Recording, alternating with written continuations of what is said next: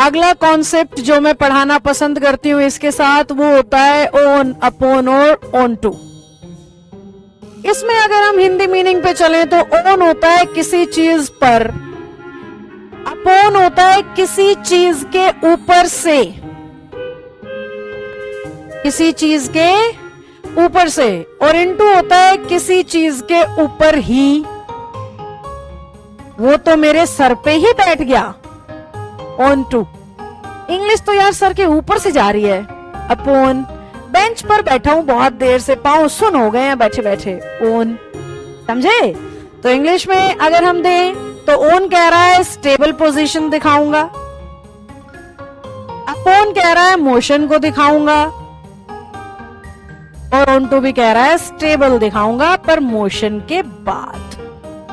बहुत सारी जगहों पे ऐसा कह देते हैं कि ओन मोशन को भी दिखा सकता है। अब अगर हमारा बच्चा हिंदी को देखे तो काफी सिमिलर है, इंग्लिश को देखे तो बहुत हद तक सिमिलर फीलिंग आ रही है ओन में, और अपॉन में देखो दोनों मोशन को दिखा रहे हैं। ऑन टू में भी मैंने क्या बोला, स्टेबल तो होता है पर मोशन के बाद, यानी ऑन टू में भी मैं क्या फीलिंग दे रही हूं, पहले मोशन फिर स्टेबल, तो तीनों सेम सेम से लगने लगते हैं। तो फर्क कैसे करें? पोजीशन से।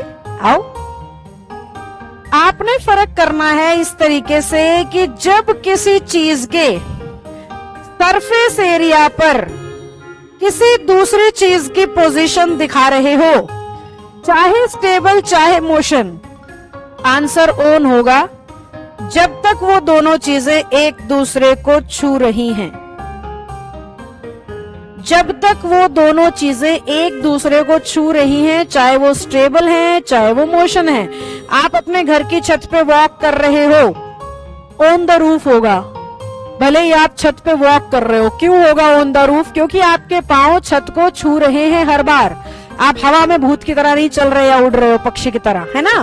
तो उस लॉजिक से क्या होना चाहिए? ऑन होना चाहिए। तो चाहे स्टेबल चाहे मोशन, स्टेबल हो या मोशन हो, दोनों सूरतों में आंसर होगा ऑन। क्यों होगा दोनों सूरतों में आंसर ऑन? क्योंकि छू रहे हैं पांव तब तक। अगर किसी भी चीज के सरफेस एरिया पे आप हो, इस तरीके से जैसे मेरे हाथ के सरफेस पे ये पेन है, तो on my hand, this marker is on my hand. समझ गए? किसी सरफेस के ऊपर जब हम दिखाने लग रहे हैं। अब सरफेस के ऊपर अगर छूते हुए, चाहे स्टेबल चाहे मोशन, ऑन है, तो उसी तरीके से सेम टेबल पे अगर बिना छुए उसके ऊपर से आप गुजर गए तो वो अपॉन होता है। किसी चीज के ऊपर से गुजर जाना बिना उसको छुए, बिना उसे टच किए, तो आंसर अपॉन होता है। ऑन टू क्या होता है? इसी सेम पोजीशन में जब आप उस चीज के ऊपर ही कूद गए हो, उसके ऊपर से गुजरने की बजाय उसके ऊपर ही बैठ गए हो जाके, तो ऑन टू होता है। जैसे कि आप आए, कुर्सी पे बैठ गए, ऑन टू, बैठने के बाद ऑन।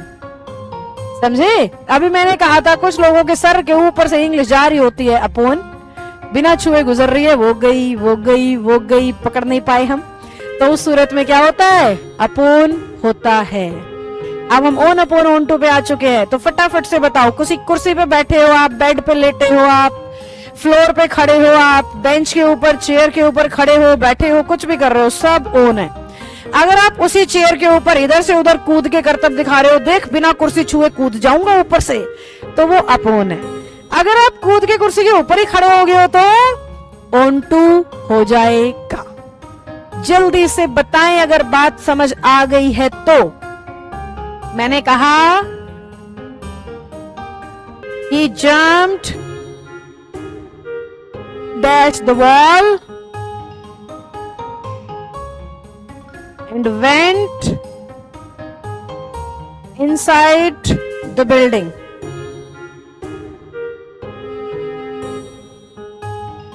क्या आना चाहिए? वो दीवार से कूदा और बिल्डिंग में घुस गया। क्या आना चाहिए ब्लैंक में? ऑन लगाऊं, अपॉन लगाऊं या ऑन टू लगाऊं? इसलिए अपॉन सही आंसर था।